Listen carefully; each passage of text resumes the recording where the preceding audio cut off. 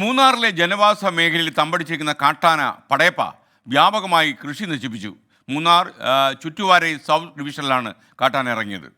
വിവരങ്ങളുമായി നമുക്കപ്പം വീണ്ടും രാഹുൽ വിജയൻ. രാഹുൽ വിജയൻ, ഈ പടയപ്പ പ്രശ്നം ഉണ്ടാക്കി പോകുന്നുള്ളതാണല്ലോ, സ്ക്രീനിലൊക്കെ നിറഞ്ഞു നിൽക്കുക.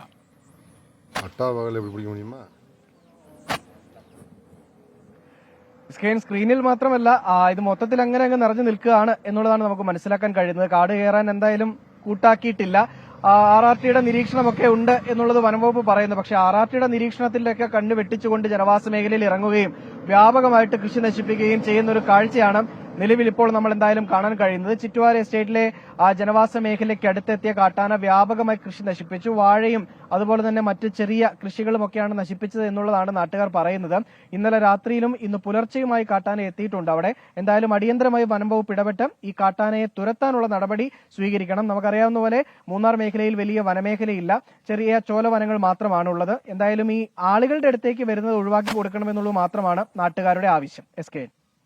Okay, thank you Rahul Vijayan.